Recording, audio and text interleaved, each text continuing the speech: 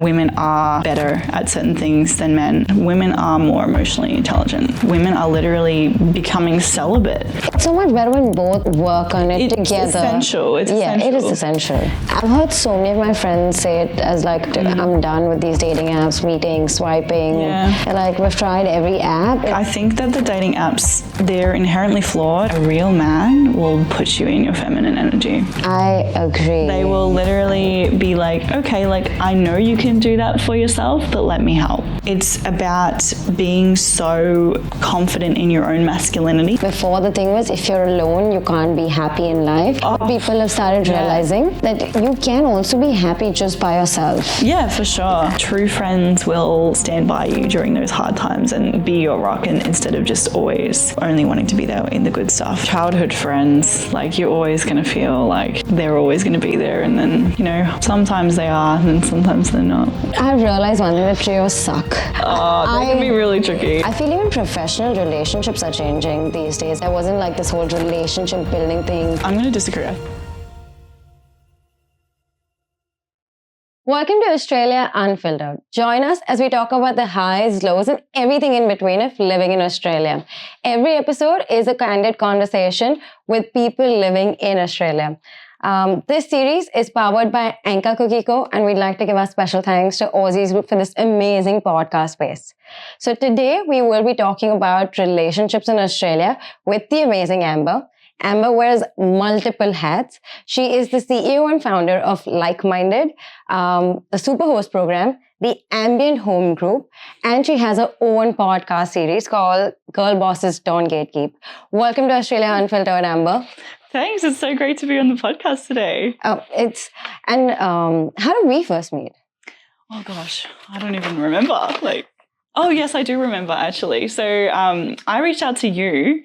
I think it was through LinkedIn. I saw one of your Humans of Australia posts, and I was like, oh, this looks really interesting. And I clicked on it and I read the whole thing, and I was like, oh, that's really nice. Like, they basically showcase people's stories who live in Australia, and, you know, it's just interesting to see what people's journeys have been. So I was like, okay, that's interesting. And I think I was at a point in my life where I was like, I would really love to share my story because it's not something I had done before, and I have a pretty crazy journey to where I am now. And I was like, you know what, I'll reach out to Sarah. And I was like, okay, cool. And I messaged you and I was like, hey, like, you know, if you're open to it, would love to share my story. And you were super open to it. So it was great. I'm glad that I shared your story. And even thank you. It was amazing. You're like, I regret it. Oh, no, I don't regret it. It was fun. And the way we shared it, I remember you were at a conference and then we did it. Yeah, I was in Cairns in the Tropical Innovation Festival, and I was like, oh my gosh, I'm gonna have to like try and like find like 30 minutes to try and sit down. How do you manage time? With difficulty sometimes. You're super honest, but that's all we need. I have a Google Calendar and it runs my life. Like, it's the owner and ruler of my life. Yeah. I try to manage my Google Calendar, but I'm always like 10 million things come up. Oh, it's just like you color code everything, and then there's like constant, just like, you know, if I'm having an interview, there will always be like 20,000 like bing bing bong like reminders going up in the background. It's like I wake up and there's like, oh, half an hour. I'm like, I'm not finished this task. Then another thing is coming up. I'm like, chop chop. I'm like, shit. Time flies by really quickly. But anyway, coming back to relationships. So why we decided to talk about relationships is because I think Amber and I, when we first spoke to now, we've kind of known each other. And then I've realized that this is something that both of us have experienced in different ways. I'd say both of our experiences were very different. And it's great to get an insight on it. So how have like what do you think? How have relationships changed over time, being professional or personal? That's an interesting question. How have they changed over time? Can you define more what that means? For example, is what I'd say, I think 5 years ago, not even 10, like 5 years ago, relationships were so much more simpler. But with I meant to say, like, with social media and everything, it changes the dynamic so much. I was thinking about this the other day. Well, this is going to get controversial very quickly. Oh, wow. Let's give it to me. I feel like, okay, so I have had, like, you know, long-term relationships in my life, and, you know, I'm 27 now, and I've also had, like, you know, 6-month relationships, and, you know, obviously friendships and things like that. And I feel like post like social media dating app era. Yeah. I was reflecting on this and I was like, the longest relationship I had was like pre that era. Is it? Yeah. So I had a 4-year relationship before like dating apps were kind of like really a thing. Like they were still around, but it was, this was like 2000 and gosh, I was like 19. So it was, 10 years ago almost. 8. Okay, don't just give an extra 2 years to yourself. Yeah, well, don't you want to be younger? I feel old, so it's fine. But yeah, like I was thinking about it, and I was like, oh, like obviously dating apps were around, and I actually, met people on dating apps and things like that, and I was obviously on them, but I think it wasn't as well used. I think it wasn't just like things that people just did. It wasn't something you would just like be like, oh, like I'm looking for a relationship or I want to meet someone. I'm just the thing now is like you just download, Hinge or Bumble or whatever app it is, and you'll be like, that's the way you're going to meet someone. And the guy that I started dating, the first sort of long-term relationship I had, we actually it was really funny. We met in my apartment. How did you randomly came to your apartment? Well, interestingly, so he was a smoke alarm technician and he came into my house and, it was obviously I was just like, this random guy is coming to check my smoke alarm. And I was like, yeah, whatever, like do your thing. Because he was from like some company. I think it was like Detector Inspector or something. And I think I was just like cooking in the kitchen and he was just like doing the thing. And then we were just chatting and, it was really like, it was a vibe. Yeah. And we ended up chatting and getting along really well. And then he asked me out. And I was like, why do you have so many people asking you out? You told me that car guy. What? Also, you told me the car guy who towed your car also. Oh, that guy, yeah. No, we won't talk about that. No, but it was just like, I was like, you know what? Like we had a good like vibe and I was like, why not? Like, let's see what happens. And then we ended up having a 4-year relationship.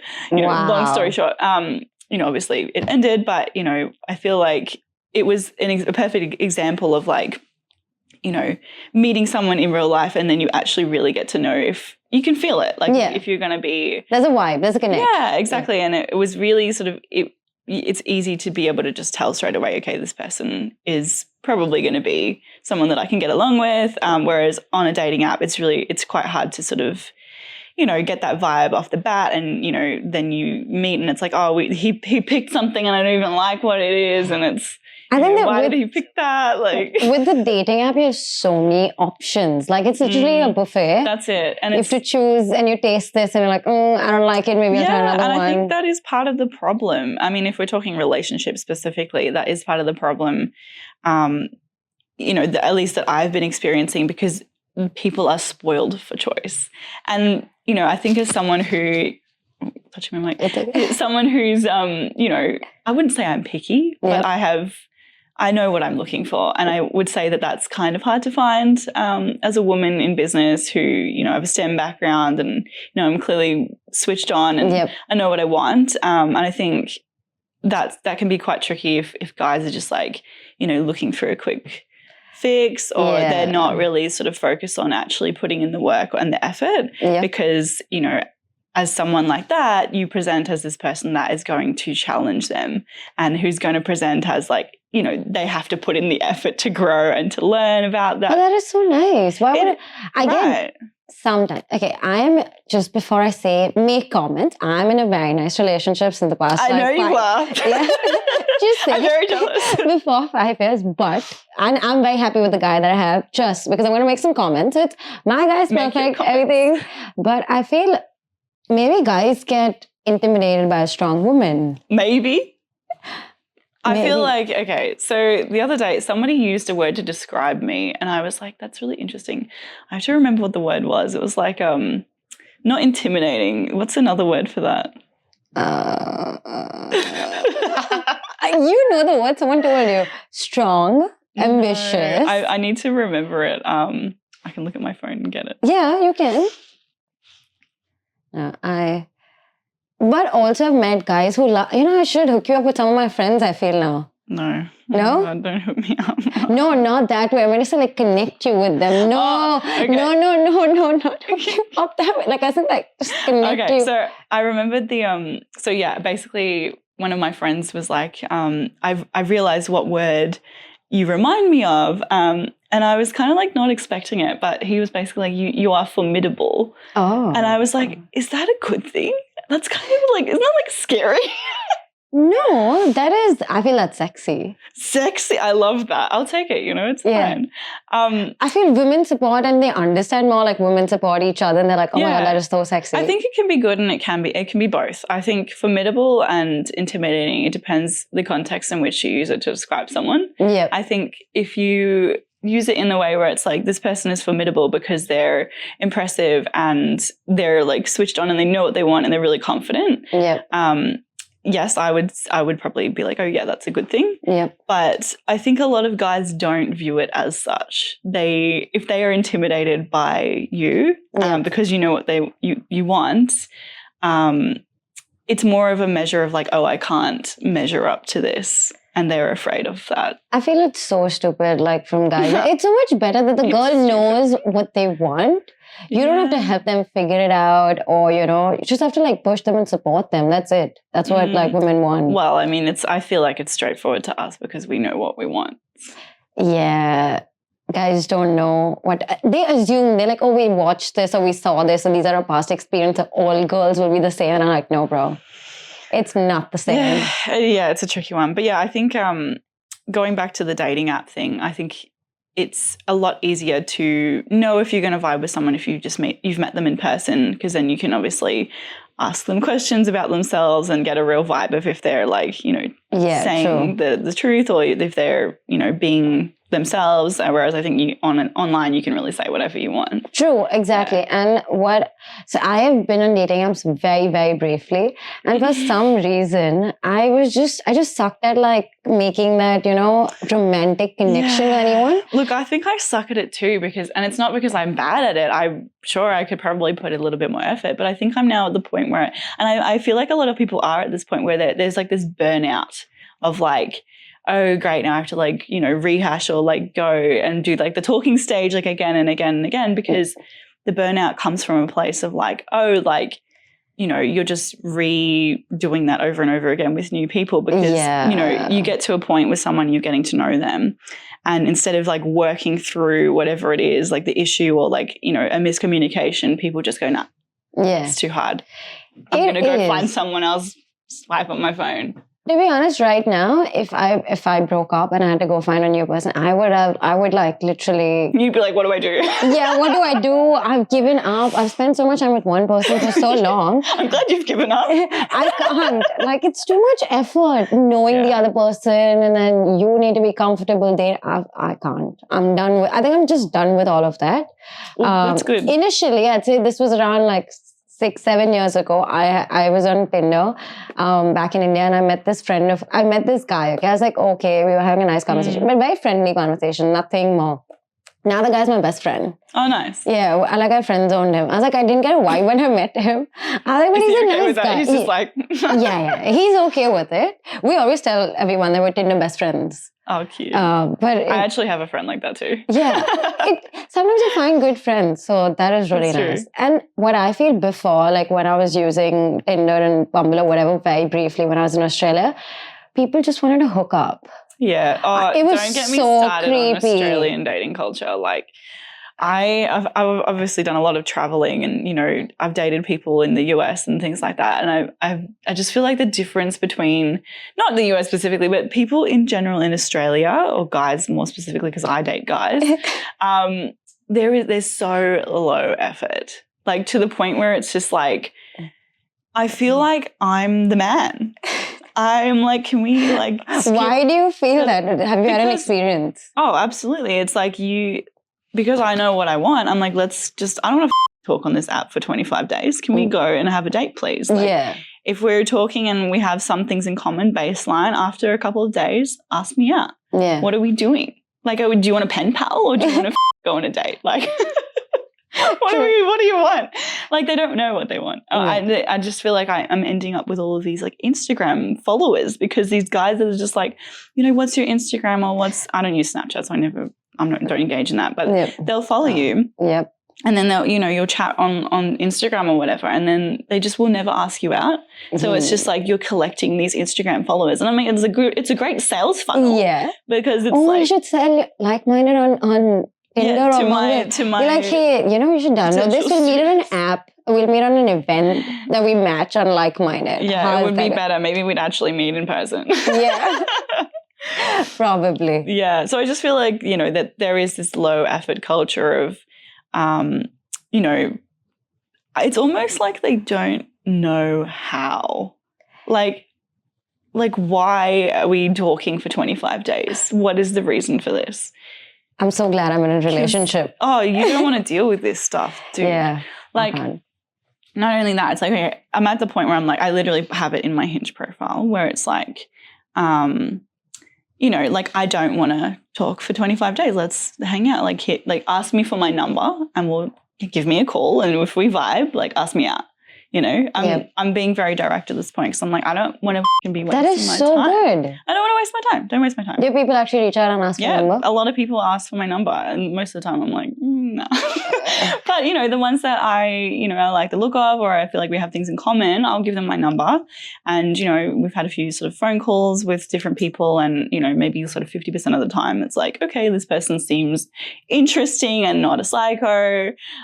Dude, the other day I had a phone call with someone and I was like, this person is a psycho. Like, why? What did he say? Going off on a tangent here. Have you ever met someone or just like talk to someone over the phone and you don't really know them, but you instantly just get like a really bad gut feeling? Yeah. That's only ever happened to me like to that level, like once or twice in my life. And I was talking to this guy on the phone the other day, and instantly I was just like, this person is a bad person. I just knew. I don't know, like there was a couple of things that he said that I can't really remember now, but I was like, nah, bad vibes. Like, don't trust this person at all. It's like I got off the phone and I remember my gut was like just clenched in a knot, and I was like, nope, block. I think girl instincts are really good at this. Like they know. I have very strong intuition, I think, in general, but yes, I guess, sometimes the phone calls work out, sometimes they don't. But yeah, I've got a few dates off of that, and it works, I guess, to the point where it's like, if that person is willing to put in that amount of effort, then it's easier to get to the point, and it's like you're upfront and they know what you want. Yeah. I don't want to talk for 25 days. Last night I was at a networking event and I met this couple who met off this dating app that connects people based on their LinkedIn profile. You should try it. Oh, really? It's called The League. Isn't that an American? I've met the founder of that. Oh, I don't know if it's American. I don't know, maybe because they were based in Australia. The startup was Australian. So The League? There's literally an app in America that got acquired called The League. Maybe. Amanda Bradford. I'm not sure whose it is. I was like, unless wow. It's a different one. That's so weird. I have no idea, but I'm like, dude, that's a beautiful idea. You can match with someone. LinkedIn's becoming a dating. That's weird. No, but they match based on your LinkedIn profile. Obviously, it's not LinkedIn, but like you don't match on LinkedIn. I think I might have heard of that. Yeah, got it. You should try that probably. Maybe that works. Actually, do you know what's really interesting about LinkedIn? I read a study. Yeah. This is another tangent. Well, just bear with me here. Yeah. My tangent brain. I read a study about LinkedIn profiles, and there is a startup, I forgot what they're called, but I think it's like they use an AI tool, and basically they can predict with, I think it's like a 75% accuracy, whether a person is a narcissist or an empath. Or there's like various other sort of things about them that basically it can predict pretty high accuracy, just purely on the basis of their LinkedIn profile, which is really interesting. And they use it for job interviews. So it's like if you're a recruiter or you're a business owner. You should use it for dating. No. Maybe I need to. But yeah, like it's an interesting way of, like, I guess if you're a recruiter, you would be sort of screening people potentially. I just thought it was interesting. It is interesting, but I feel maybe it can be misleading as well. You never know. Totally. And, you should never rely completely on those kinds of things. I'm very big on, like, my intuition. I think, like, if, like, I'll skip right to the interview. Like, if at least I'm like, oh, this person could be interesting or good, I'll skip straight to the interview. And I probably don't have the most conventional interview style. I think people expect to kind of come in and be like, like tell me about a time where you overcome like a business or a work challenge. And I'm like, what's your 5-year plan? Like, tell me about your fears and goals. And, I want to know who you are as a person. Tell me about a time where like literally shit hit the fan and you were like, you gave up hope, and how did you overcome that? Yeah. Because to me, that tells so much about a person. Like, were you able to, get yourself back up and get back on the road? And I think I've had so many times in my life where I've had to do that. And I think that tells a lot about someone's character. Yeah. And their resilience. I agree. And even when I hire, like I understand if people don't have skills can so easily be learned. But if I don't vibe with that person, I can't work with that person. It's work ethic. Yeah. Yeah, you have to have the work ethic. Like if that person wants to learn or grow, like that's a good start. Yeah. Obviously skills are important. I'm not saying they're not. But I feel the vibe is so much more important. If I can vibe and just sit and chat with that person for 1 hour about some bullshit thing, and then we can get back to work. But having that culture is also so important. On that, I feel even professional relationships are changing these days. Like, before, it was so much more professional. Right now, it's getting more like people are like how we were saying that I want a person to vibe with. People before were hired just based on, okay, you know all of this, I want you. There wasn't like this whole relationship building thing at a professional level before, is what I feel. I feel like I'm going to disagree. I think there was. I think we've definitely evolved that process of how we look at that. There's a bunch of different books you can read about, like, making sure that you get the right personalities in your organization or your industry or whatever it is, that business that you run.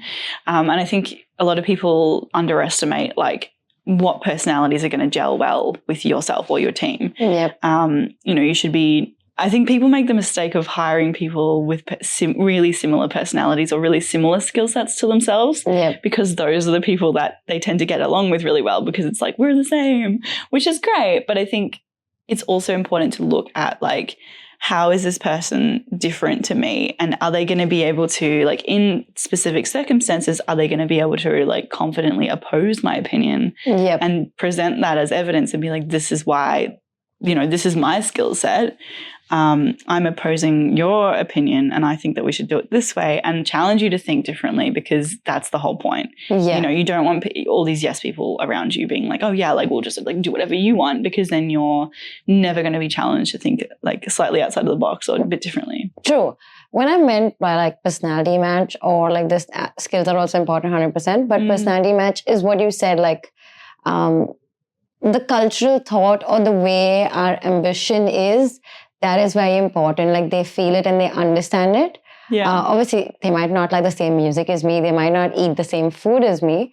But at least when it comes to those things, you can find a why. 100%. Yeah, the values need to be the same. Exactly. I think that I always look for, people when I'm hiring, one of the main questions or the first questions I ask, or I'm trying to basically gauge, is this person aligned with the business and the values? And I find what works the best is just being really, really transparent with people. Yeah. And I think sometimes the trap that people can get into is like, you're a little bit worried about how someone might react to like information, or if you're just like a startup and you're like, yeah, like, we can talk about like how that's going to look down the track with your employment, and, having an open and candid conversation about the stage that your company is at can be a little bit intimidating. And I think the mistake that people make is it's like, oh, I'm going to withhold that information because I don't want this person to walk away. Yeah. But it's like, you need to tell them. You need to tell them exactly what you want, exactly what you're hoping for.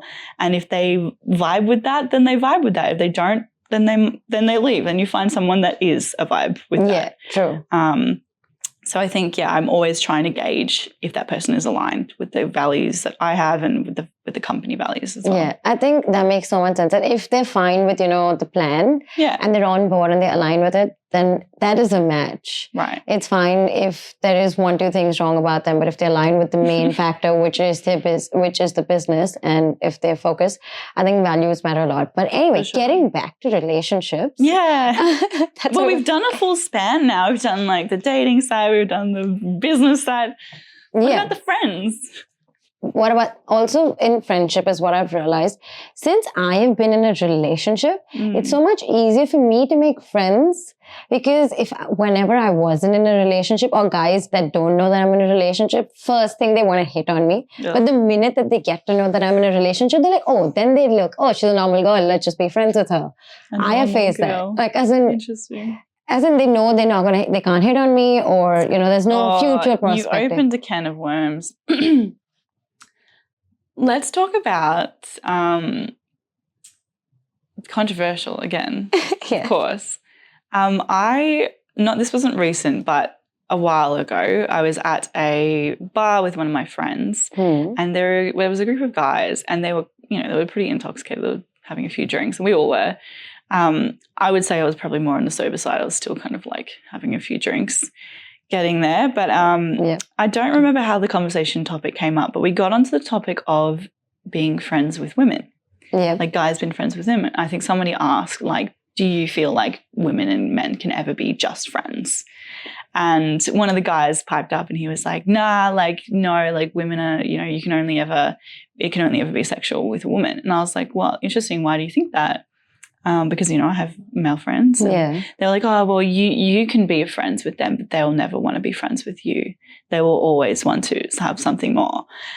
And I was like, why do you think that is? And I genuinely was like curious. I was like, what is this mentality? Like, and they were like, because women are not good for anything more than relationships or, sex. That is, and I was like, interesting. So you actually genuinely don't think that we have any worth beyond what we can give you.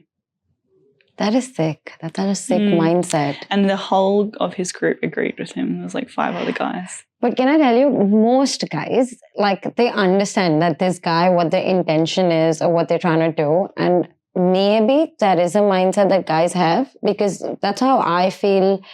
Because I'm in a relationship, they look at me in a different way. Whereas when I'm not in a relationship. Yeah, but let's ask the question of why. Yeah, agreed. I know why, but I just feel so much at peace that I don't have to go through all of that shit and guys hitting on me or doing things. Well, that's nice that you don't have to deal with it now, but it's like, I do. Yeah, true. But it is, why do you think it is? Why do you think guys, I think women are so much more, like, we're nearly equal. I also have male friends. To be fair, like, I have a very controversial opinion of this. I think that everyone is their own person. Yep. Everyone's unique. Everyone's got their own brain and their mind and the way they think and personality, and everyone's had their own journey. So I'm not going to generalize when I say this, but I do feel like, when you just said, women and men are equal, I don't think that is true. I think women, on average, we are so much more empathetic.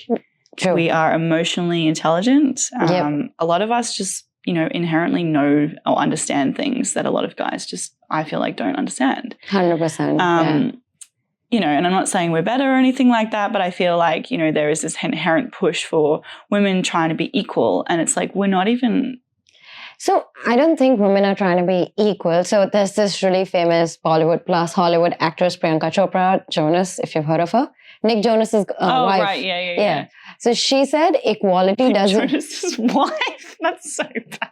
She is Nick Jonas's wife. I don't know, but then when you said that, I recognized it. She is bigger than Nick Jonas, but let's not get there. But when she was asked about, equality, she was like, yeah, women and men are not equal, but that doesn't mean we do not want equality. Equality is a different thing than being equals. I am talking about equity. Equity in what sense? Not in the business sense, I'm talking. Obviously. Both of our brains are like equity. Yeah. No, I'm talking about like the acknowledgement that women are better at certain things than men, and not just like, I feel like in relationships, women do bear the brunt of the emotional load. And not only are we doing that, we are ridiculed for that. We are dismissed for that, and we are minimized for that. True. So, when you're in a relationship, a lot of men, they will use women as an emotional crutch to, deal with whatever in the last relationship they couldn't deal with. They'll just move on to the next woman. It's like, okay, now like fix me. Yeah. And so the women, a lot of the time, they're left to pick up the pieces and heal what they didn't break. And, I'm not trying to generalize here, but it is a very common theme that I'm seeing and experiencing. Okay. So I think acknowledging that women are, maybe if we had like the inherent assumption, women are more emotionally intelligent. Yes, they are. We are. I feel like there is no doubt in that in my mind.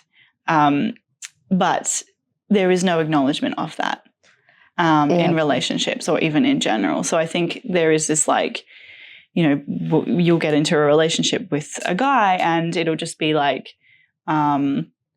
okay, like there is this problem or this issue.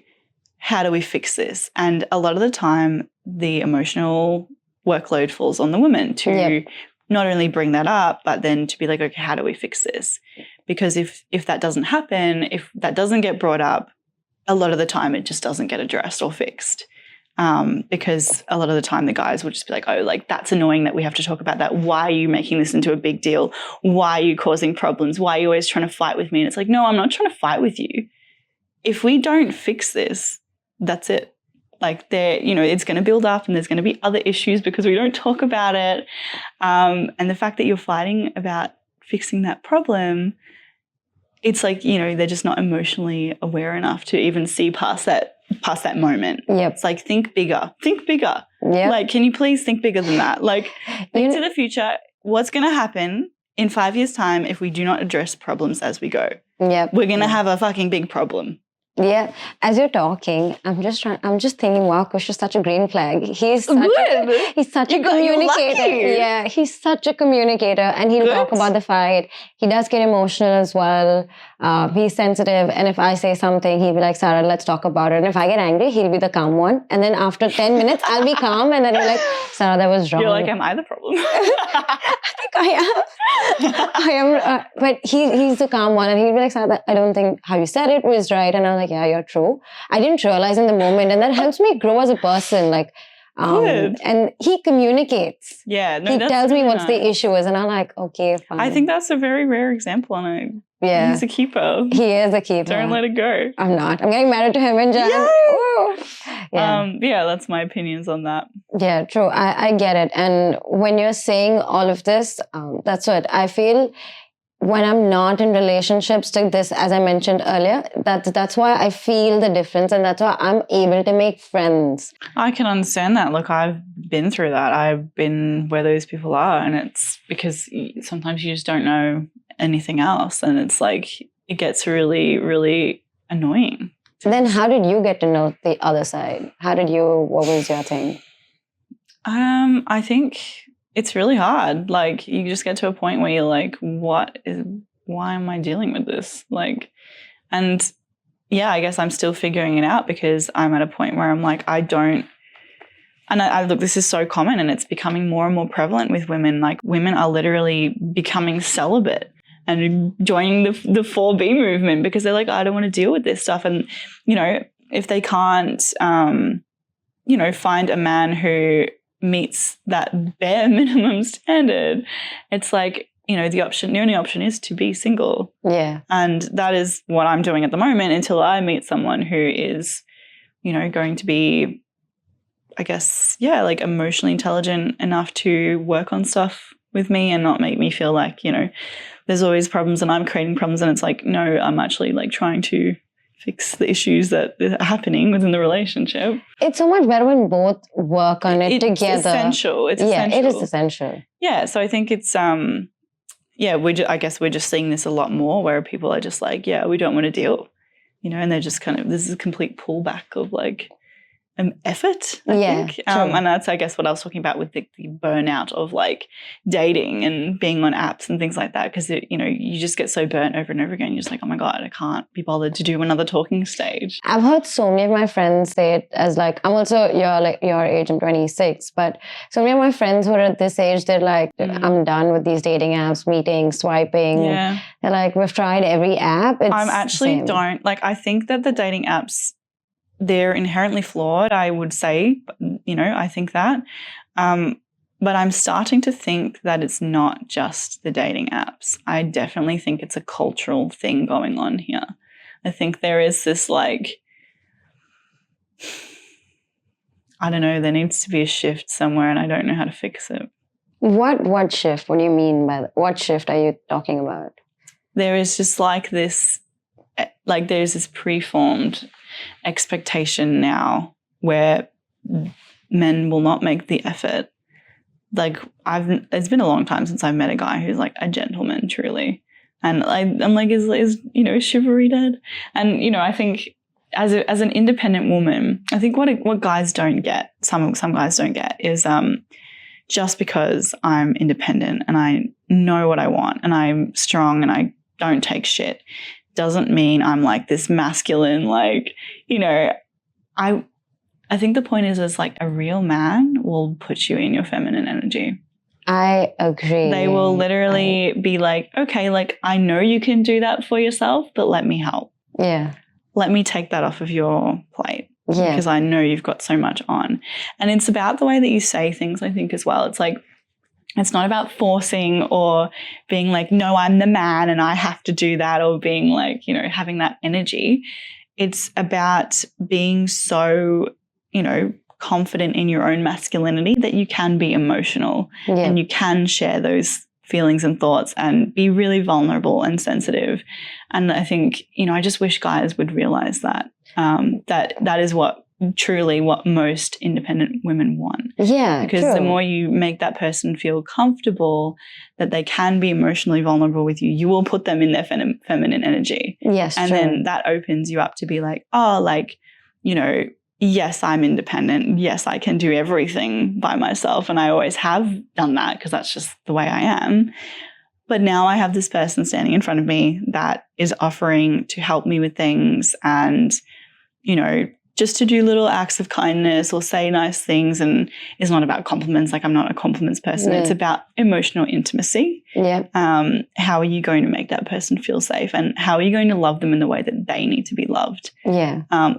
Taking the time to understand this person and not just being like, oh, that's too hard because, there's an issue and I don't want to deal with it. I think that's the part where most people just skip. And then it becomes this cycle of just constant, like talking stages. People can't get past that part. And I think this is what I'm saying about like the burnout.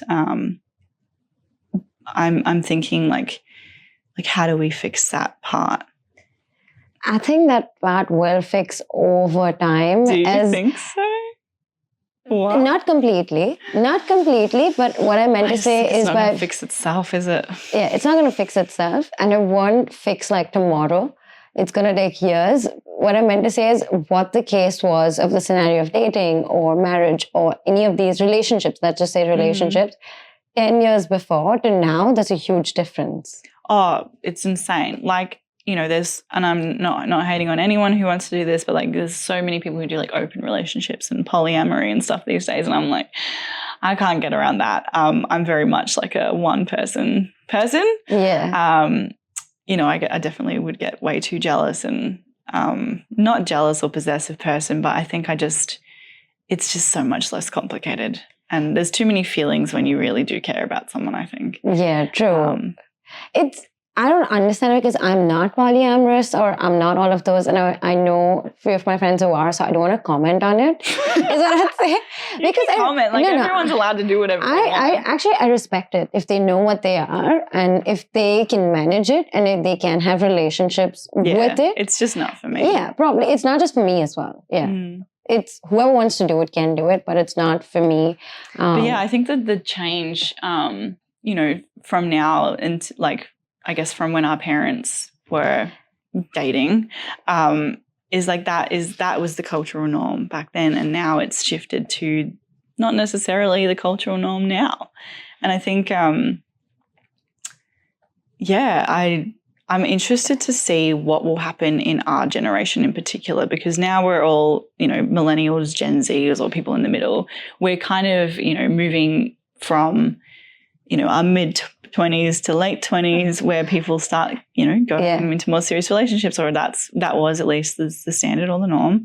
And then, it's going to be interesting in the next few years. You'll see groups of people, I think, who will get into relationships, but you'll see people who just don't. Yeah, true. And what's going to happen from that? Are we going to just have like a massive group of people who just are single, or just, continuing to like date into their 50s? Like, people have actually, I feel, started realizing that they can also, before the thing was, if you're alone, you can't be happy in life. But people have started realizing that you can also be happy just by yourself. Yeah, for sure. And I think that comes from like a, like a perspective of like, as a woman, you when you're socialized as you grow up, you're taught that the best thing you can do is get into a relationship with a great man. Yes. And, there's nothing wrong with that. That sometimes can be really great. But I think there is not enough focus on the career and the education and, learn about yourself. Learn what you need first, and not just, that shouldn't be your life goal to get into a relationship. And I think, not my generation in particular, but maybe people slightly before that, they were taught that that is a really big goal.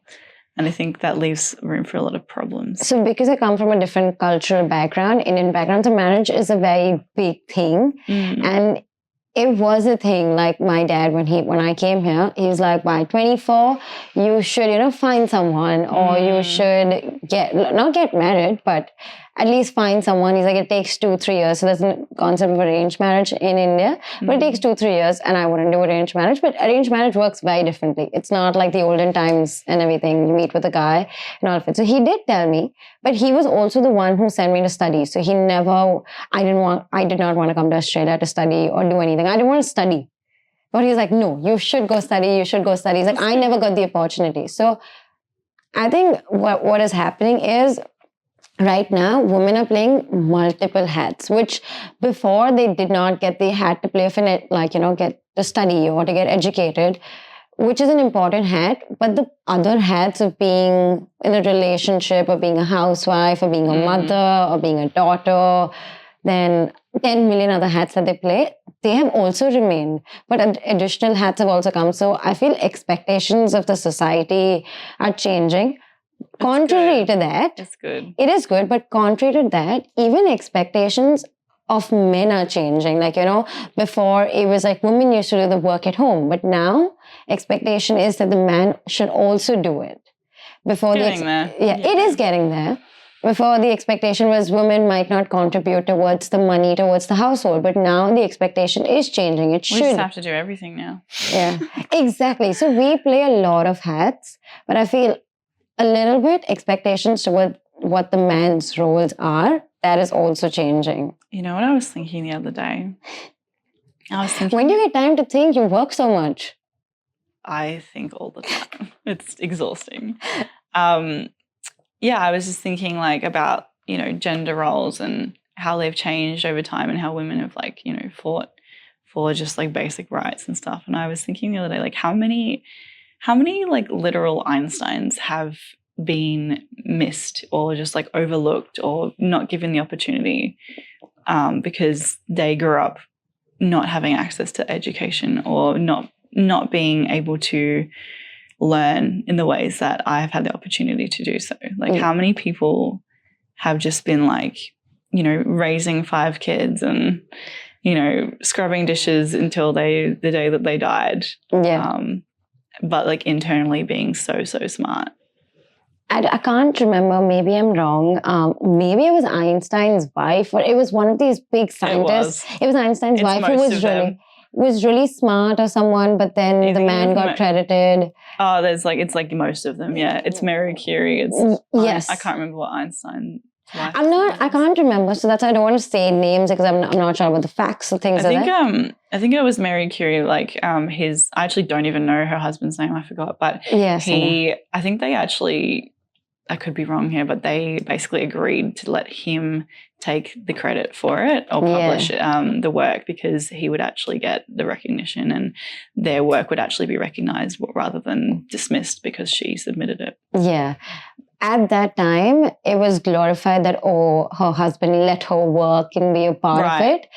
And most of it was her work. Yeah, most of it was her work, but they glorified, her husband let her do it, but she never needed permission. It was so common, like, back in that day. I think like most great scientists who were men had great scientists. Yeah. Women who were wives. from there to here, we've come a long way, is what I'd say. Like a very, very long way. You are in the STEM field. You are studying sciences, different kind of sciences. Yeah, I'm saying I guess the contrast between now and then is pretty stark, and I'm grateful that I have access to that opportunity in education. I guess that's why I was thinking about it, because I feel grateful that I don't have to live in that time where, because I literally think I would go insane. Yeah, true. I think that's why I was thinking about it. I was like, imagine if I couldn't think about all the things that I do every day. Imagine if I couldn't, do the things that I love. I think I would genuinely go crazy. It is crazy to think that they weren't allowed to do it, but I'm glad that people fought and raised their voices, and now we are at a space that we can wear what we want, study what we want, do what we want, travel when we do whatever. We're lucky. We live in Australia. A lot of women still don't have that privilege. I think it's changing around the world a lot. Like Australia is obviously, we're lucky. We're very lucky. I think we are. But it's also around the world.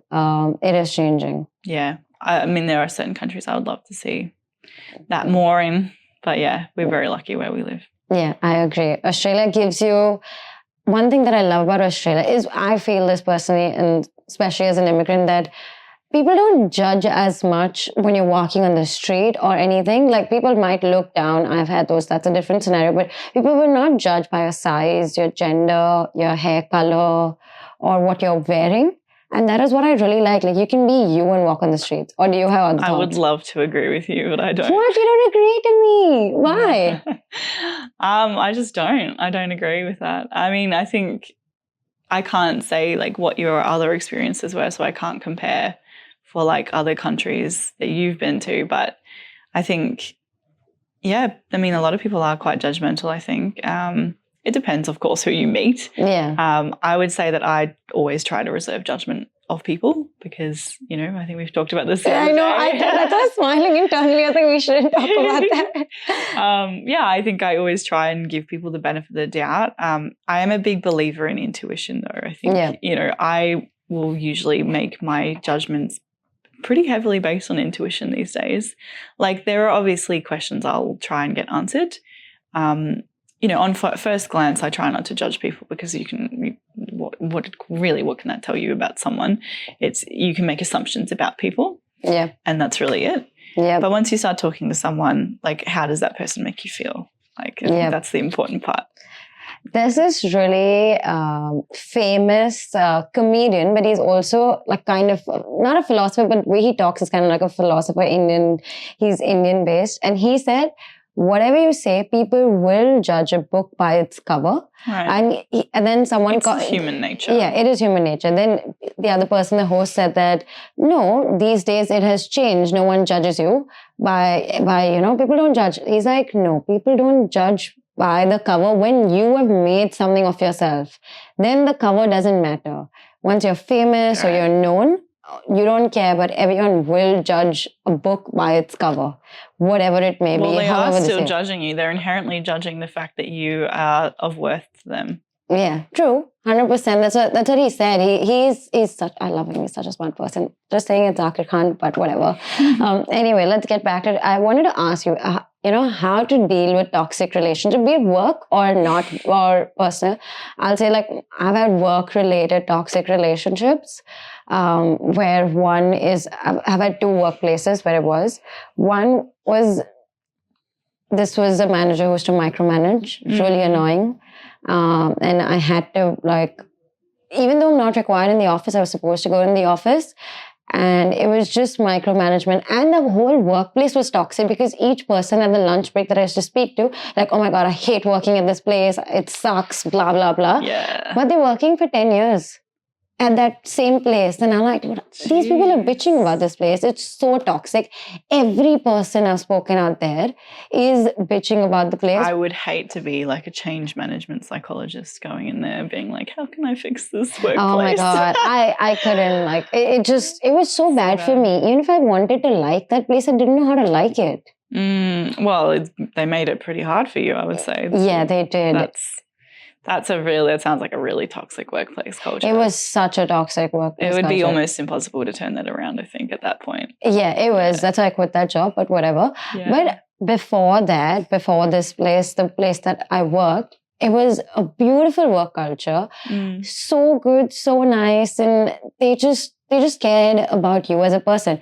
So I assumed everyone in Australia would be that way. That's nice. And my bubble was broken so easily. It was so easily broken. I felt so bad. I think you're always going to have like there's, you know, every workplace that you work in is going to be a bit different, obviously. But I think, like it's never going to be all rainbows and sunshines. I think you got very lucky with that first one, it sounds like. Yeah. I've had a lot of, before sort of working for myself, I guess. I've worked in various workplaces. I've worked, under management who I didn't get along with, who I didn't agree with on a lot of things. I had one, it was interesting. I always think about this, actually. I had one manager who I always had issues with, or rather who always had issues with me. And, she said I had an attitude problem, and I was like, oh God, like, what does that even mean? Like, probably she was right. But, as a manager, I think it's important to look deeper and be like, why is this happening? Why is this person feeling like they are, they're pushing back on a lot of things that I say, why? Yeah. And not just being like, this person has an attitude problem. Yeah. Because I remember, that situation very differently, because I was constantly frustrated because I would always make what I thought was really innovative suggestions on how we could improve processes and streamline things and be, optimizing for efficiency. And I would constantly be shut down and, not listened to or just kind of dismissed whenever I would be like, this would be a really cool way of like, this is a problem I've identified, let's fix it. Like, I think we should do it this way instead. Yeah. And, I would constantly get the pushback or just continuously being like, no, we don't do it that way. And, I got so frustrated after a while. I was just like, what the hell is the point? So obviously I had an attitude problem at that point, but they sort of missed that point in between where it was like, where is this coming from? Yeah, I feel managers are the ones who actually help mold the person that's working under them. They should be. Yeah. That's their job. Yeah. Yeah, it's their job is to help you grow into, like, a good manager is someone that identifies your strengths and your areas of growth and then goes, okay, how can I get you to where you would love to be? Exactly. Where do you want to be in 5 years' time, whether it's in this organization or not? Hopefully it is in this organization because, if they do it right, you probably will want to stay. Exactly. And how do I actually help you move the needle to get to where you want to be? Because, that's your whole job as a manager. It's not just to be like, do this, do that. It's if you are a good manager, you will have the skill sets, or at least you'll be trying to have or learn the skill sets to help other people around you in your team grow. I agree. And identifying, how does this person learn?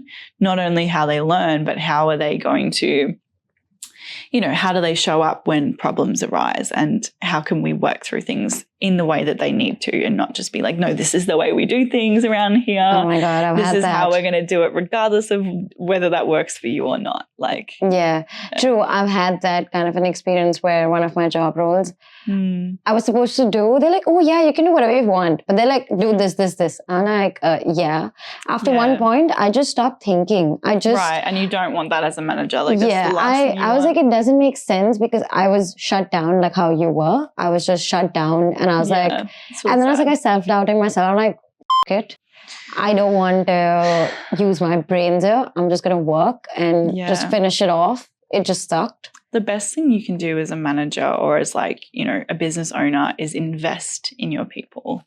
Like the people in your team and in your culture are your biggest assets. You should be going, okay, this person in front of me, how can I help them grow? Like, I literally want to grow them to a point where they're like spearheading this department and they're like optimizing that efficiency in that area because that's their skill set. And they've literally honed that to a point where they're just like a gun. Like, and I've helped them get there. Yeah. As opposed to just, you don't want an army of sheep because sheep don't know what they're doing. Yeah, true. I like when someone is cross-questioning you also, you should appreciate and understand their point of view. But people really It's the way you go about that as well, I think. Like, if you have someone who is disagreeing with you, that's fine. If you have a good workplace culture, you should be like, okay, like, thank you for like feeling like you can challenge me. That's a good thing. It shows that your people are not afraid. Yeah. If you have a culture of like fear, then you're never going to grow as an organization, because you will not bring in minds or mindsets that they, you know, have the confidence to be like, okay, how can we make this better? How can we grow it? Yeah. And sometimes you're not going to be right. Yeah. Sometimes it's okay that you will come up with an idea or a process or like whatever it is. You'll be like, I think we should do it this way as the business owner. And someone will be like, hey, like I actually worked in a business before that did it that way and it didn't work. Yeah. I think we should do it this way instead because this is my experience. Yep. And you go, oh, interesting. Like if you're a good manager, you will listen. Yeah, true. Instead of just being like, don't challenge me. Yeah. Which I feel like really goes without saying. It should be a two-way street. That was about work relationships. Let's talk about friendships. Oh my God. Toxic relationships and friendships. There's a lot in there. I have had... I'll share this, but I don't know if I should say it out loud or whatever, like on camera, but it's okay, forget it. It's a podcast and I feel people should know. Say it. It was, so I was in a friendship with we were 3 people, best of friends, one boy. It's always a trio. I've realized one thing, the trios suck. Oh, they can be really tricky. Yeah, they are tricky. I've had trios too. Yeah, really bad. And I assumed we were all best friends and I never assumed anyone above the others, and I never realized because I used to treat both of them equally because I thought we're a group of 3, whatever. But I never realized when the other 2 got closer, and then shit went downhill from there, and it was... I used to consider my best friends, like best friends for life. I used to call the girlfriend, even pooping, I'm like, bro, this is what my poop was. Or what, like, you know, you're so close, you're so tight. Like, she knows every shit freaking detail about you. Every shit. Yeah, literally every shit. But then it just went downhill when it just happened. I never thought, I believe boys and girls can be friends. So I never thought of anything more, but... It's interesting. I've always grown up with male friends. So... Yeah, same. When I was younger, I was very tomboyish. Like, I'm not even kidding. That's probably why I had that reaction, like such a visceral reaction to when that guy in the bar was like, girls and guys can't be friends. I was like, what do you mean? Like... Yeah. It just sucks. Like, some people are just dumb with it, but whatever. Literally. But like these friendships, and I feel that when it just randomly broke, obviously a lot of things happen. I'm missing out a lot of details, which I'll tell you off camera, but... everyone's like, tell us. Okay, let me try to see how I can subtly say it without being... giving off too much details. I'll say the other 2 just got they got closer. Yeah. And I didn't realize when I became the sideline. And then when I confronted it, I'm a very straightforward person. When I confronted it, I was made to feel guilty. Right. And then I was like, forget it, whatever it is. Let's continue. They're my best friends. I love them. They would never do anything to hurt me. And I think I was naive. I should have considered that people are selfish. Yeah, I think that's always a tricky one, like having a trio, because, and it's good that you sort of spoke up and said how you feel. I mean, I wasn't there, so I don't know how that conversation was brought up, but I think it matters how you have those conversations. I think if it's like a conversation like I'm feeling left out, and then they still are having the attitude of like, that's your problem, like. I feel like if someone comes to you with a feeling, and even if you didn't realize or you didn't intend to make them feel like that, it's not your job to agree with that feeling. It's your job to listen and be like, okay, like, you're my friend. How do we fix this? So they acknowledged my feelings for sure. But then I was made to feel guilty. I was made to feel guilty as in because they were like, oh shit, we never intended. You're our best friend. How could it happen? Right. And they started crying. And I was like, okay, I'm sorry. Like, I didn't mean to do that. Well, maybe that was just like their reaction to it because they felt bad. But, how did you guys try and fix it after that? So we started like chilling. So we used to literally meet every day. I'm not even kidding. It was mostly, we used to meet every day for some time after work or whatever. And my parents also knew them. Like, I just had to tell my parents that these guys I'm going, and they're like, they never question anything because they're like literally family, best friends, whatever. And you know how it died? That's the stupidest thing. It always is. So I was coming to Australia. And I was going to, and there were issues happening. There were issues happening between the three of us. But then I was coming to Australia. So one of the persons like, oh, I don't like to keep friendship when someone goes abroad because it becomes long distance. And I was like, how does that make sense? You're like, not in a relationship with the person. Even if I am in a relationship, how can you stop my growth? It is a growth for me to go somewhere and I'm getting educated. It sounds like they were just not as invested in the friendship anymore. It was one person. Then the other person was like, I went to meet one of those two people. It was just before I was coming to Australia, like 2 weeks before. And I went to his or her house to, just to chill, nothing else. And the other person was also supposed to come. But that person didn't come. And I was like, hey, I'm going because I'm going to be leaving. So I want to spend as much time I can with my best friends. So the other person was like, yeah, sure, you go. But the person got pissed off at me that I went. But I asked the other person. And since that day, that person stopped talking to me because I went.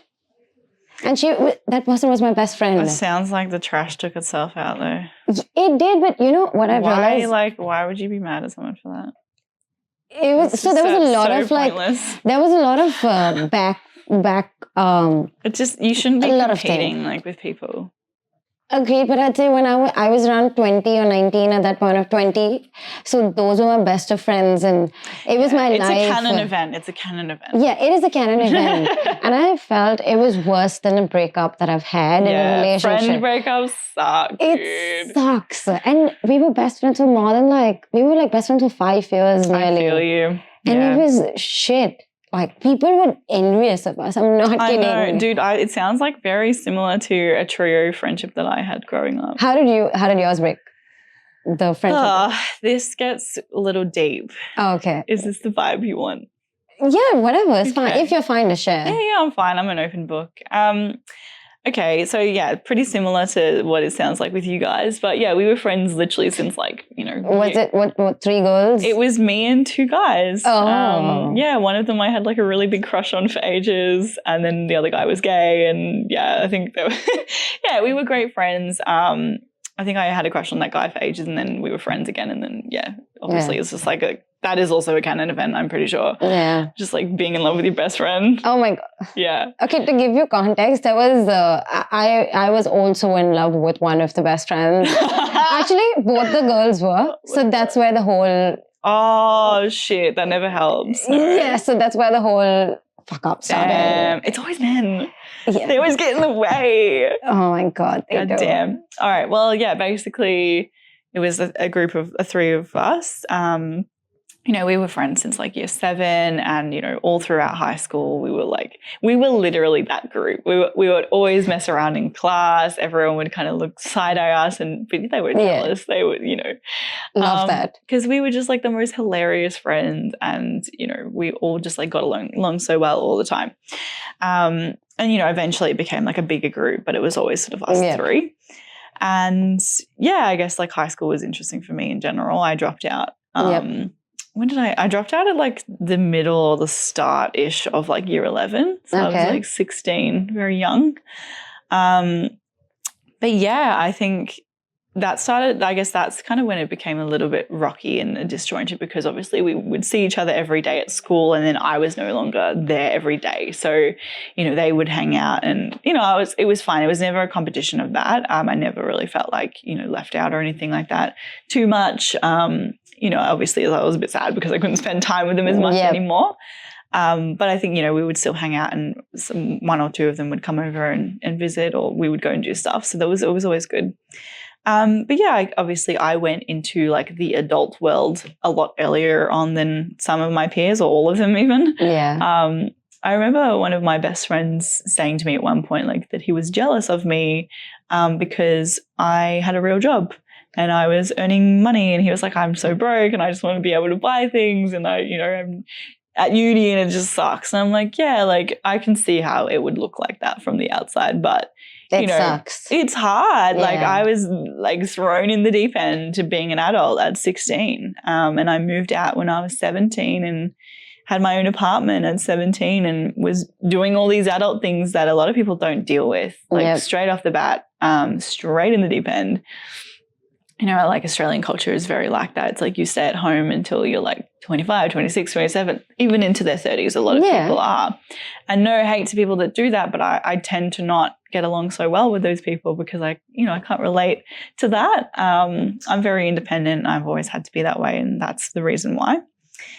But yeah, so, you know, I guess it did change the dynamics of the relationship because I had more money as well and I was working, and, you know, maybe I had a bit less time as well because I was working full time. So we started to see each other a little bit less and, you know, things like that. But we always kept in contact, and it was always, you know, really great when we caught up. It was like no time passed. You know, those friends that you have where it's like you will always be best friends. You know, whenever you sort of meet up, it's just like, oh, like where you left it last. Literally, like no time passed. Yeah, it was great. And I love that about them. But yeah, I guess time went on, and, you know, I think back to this time, and I think this is when I was, how old was I? I just got out of a really long-term relationship, that guy that I told you about, the 4-year one.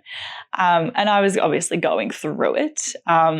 You know, it was 4 years of my life, and I thought I was going to marry this guy. You know, obviously we were really young, but I was like, it's 4 years. It's a long time, you know.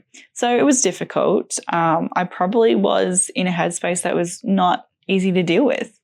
But I think true friends will stand by you during those hard times and be your rock, and instead of just always, you know, only wanting to be there in the good stuff. And sometimes that can be really hard, and it can be hard for a long time. It's like it's whether the relationship is going to stand that test of time, you know, whilst this person deals with what they need to deal with. And, you know, I had been there through, you know, a lot of my friendships, I've been with them through really hard times as well, and I'm very loyal. I can see past that. I have that long-term view of like, this person's really just going through it right now. It's not a reflection of how they feel about me. I've done nothing wrong. They're just literally having a really shit time, and I need to be there for them.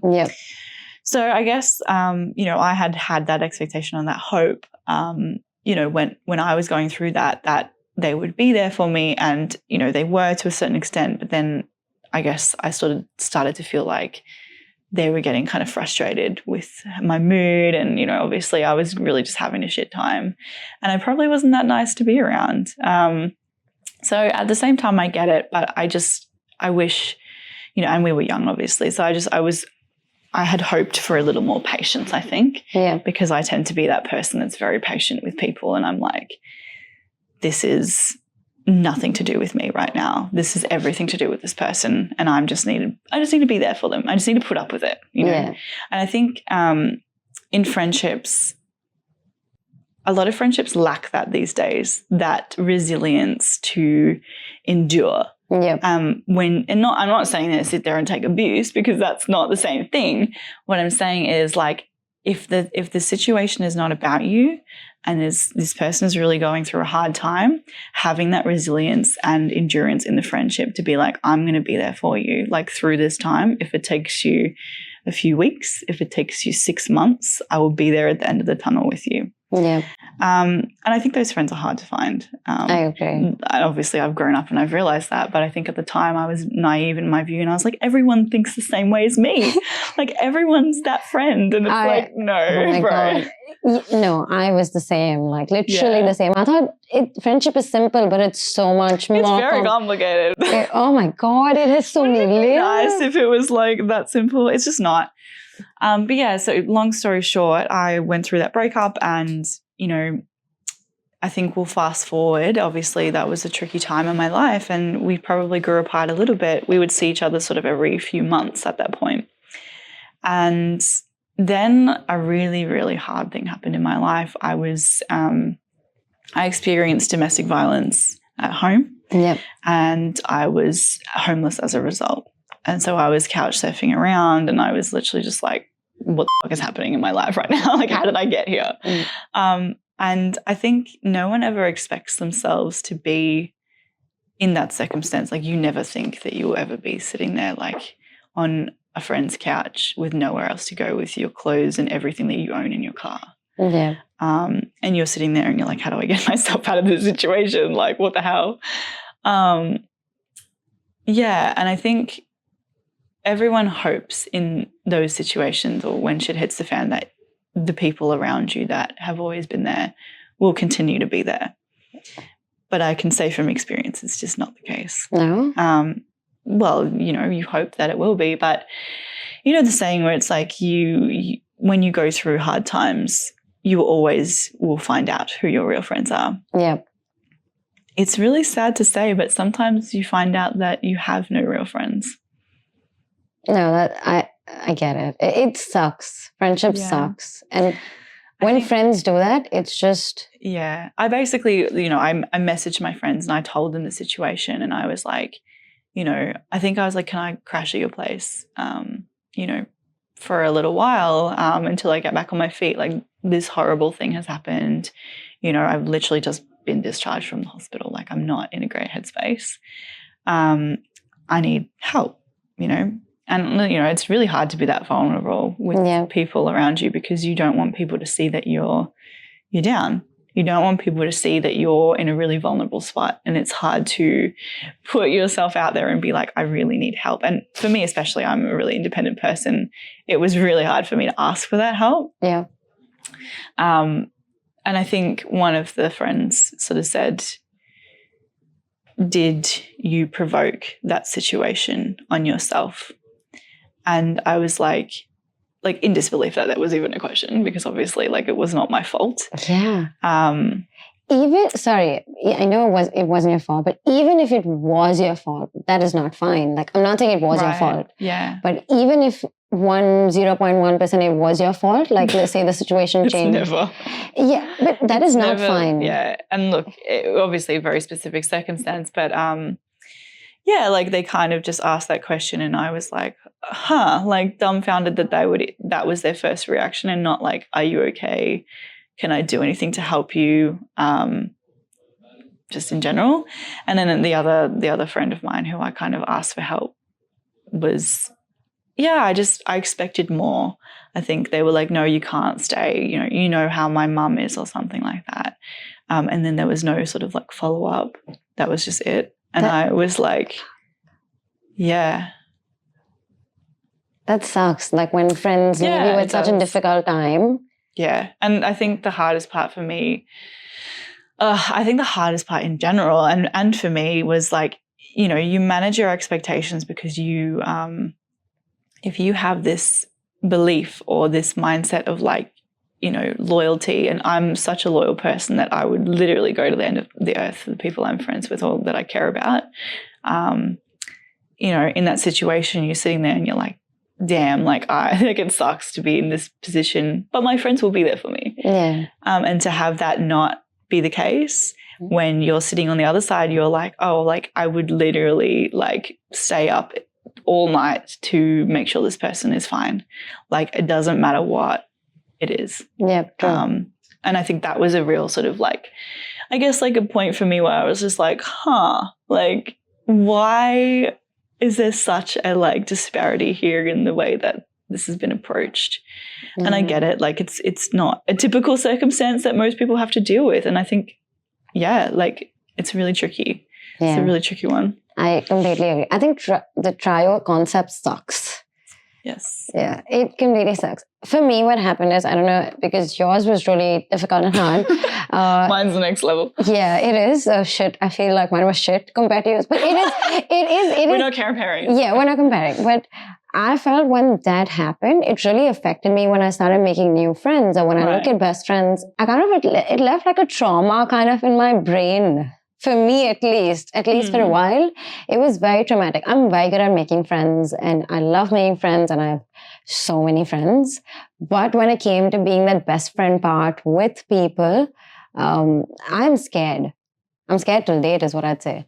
Yeah. I'm not saying I don't have best friends. I do have best friends. But it's scary to make best friends for me because it was literally a stab in the back, and for such stupid reasons, I would have let go of any person because I love those two people like as friendship and that love. I love those two people so much that out of let go, I don't give a damn about a boy or a girl or anything. They meant so much more to me. Till date, my parents ask me, "Oh, how are they? Do you speak to them? And have you started talking to them?"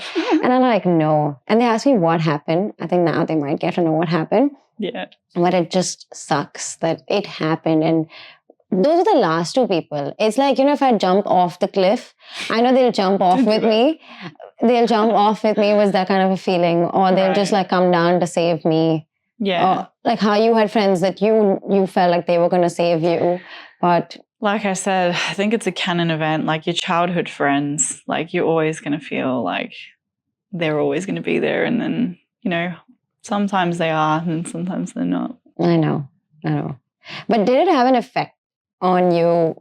Does it have an effect? As I said, that it affects me till date. I have trust issues in general for sure. Yeah. But that's more like other stuff. I think. Like, I'm not about friendship. Friends, I know, I'm so sure you can make them very easily, and likewise for me. But when it comes to making best friends.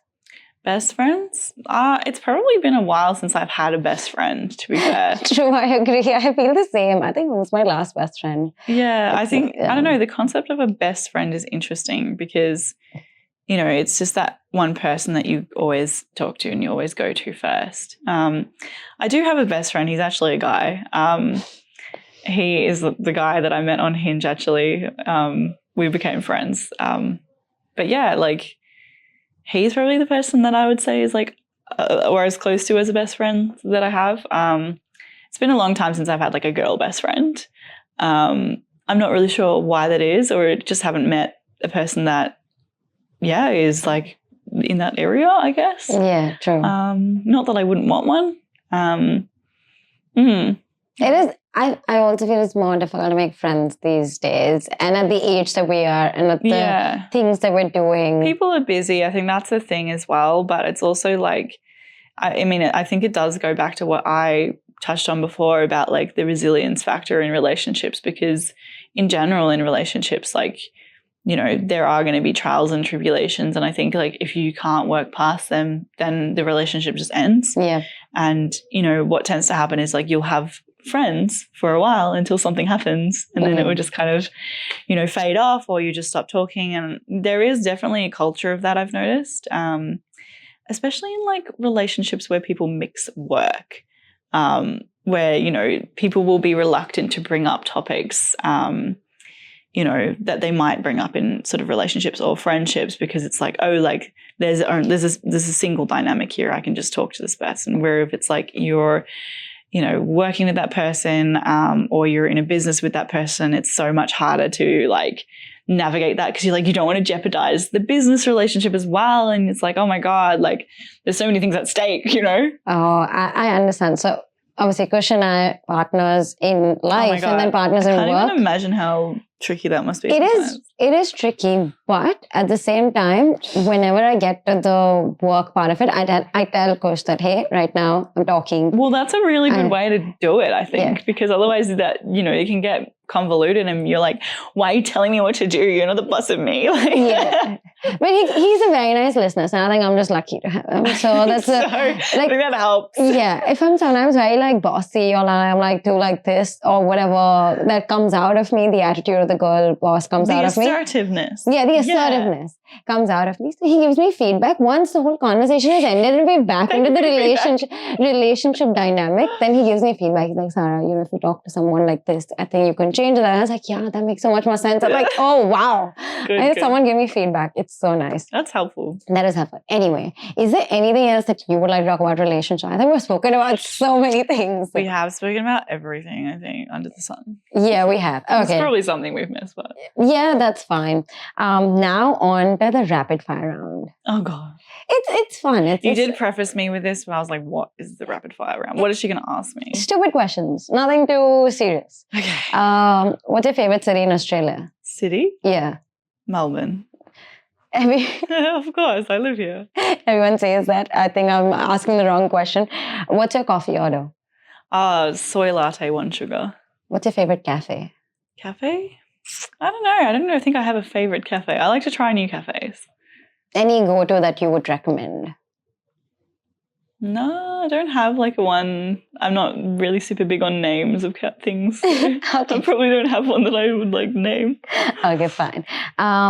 Long distance relationship, or I don't know what is the other word, close distance? Like, what is the other word? Normal? Yeah, normal relationship. Obviously normal. Normal.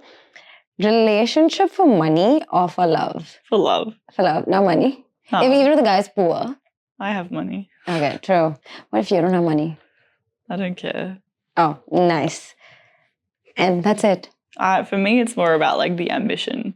Like, are you trying to actively better yourself and learn and grow? Last question, I just remember. Personality or looks? Personality. Personality? Yeah. Okay. That's it for our podcast for today. Thank you so much, Amber, for being here. It was truly candid and it was truly unfiltered. Truly. Oh, and by the way, for your effort and your time, we have a little hamper by Anka Cookie Co. And there are some lovely cookies by Anka Cookie here. I'm so hungry. I'm so keen. Yes. What's in here? There are cookies, like literally, Anka cookies.